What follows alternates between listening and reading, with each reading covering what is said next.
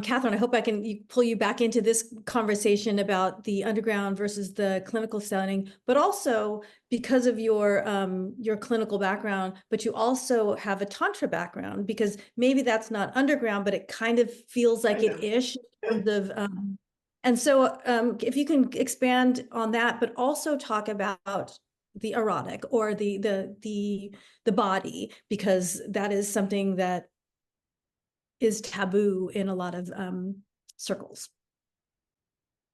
I just wanted to pick up quickly on something Joelle was saying, which is the value and the ethics of apprenticeship and actually apprenticing yourself. Just, I think what happens with a lot of practitioners is they are rightfully so excited about their psychedelic experience and they decide that's what they need to do it.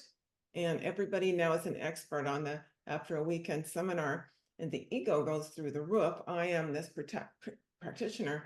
And the really good, as licensed therapists, we go 3,000 supervised hours. That is a long time. And most of us did that for no money or very little money. The good thing it does is it knocks your ego down to, I am not the expert on this. I am in a period of training. So I think in terms of ethical issues, it's not something we can legislate. And I certainly have great admiration for a lot of people who are self-trained.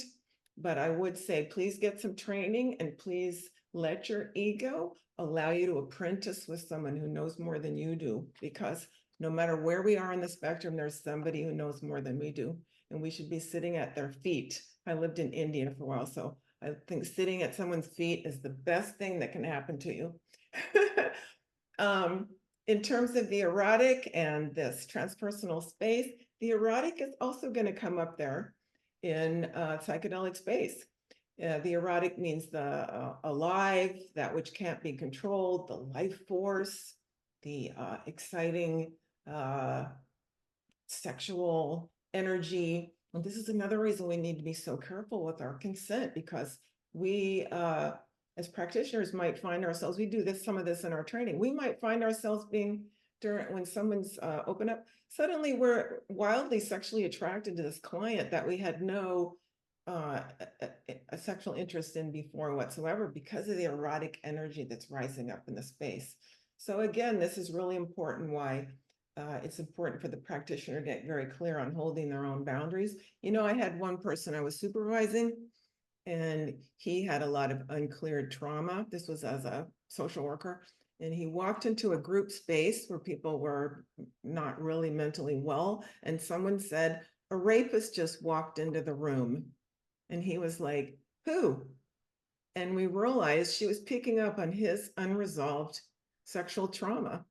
So in these altered states, people can be very, very aware of issues that are going on. They can be receptive to it in a way that may surprise us. And this is part of the whole psychedelic journey, is being able to, as the sober person, I think Anna was claimed that term, maybe it was Leah. 3 p.m. As the sober person in the room, we're the one to hold the boundary. I just want to add this beautiful thing that one of my supervisors gave me. It's like, we can't control the content in therapy, so we control the boundaries. So we can't control what's going on for the client, but we can hold a very strong frame around it so that that content doesn't lead them out somewhere where it's not safe for them to be. It's a beautiful metaphor.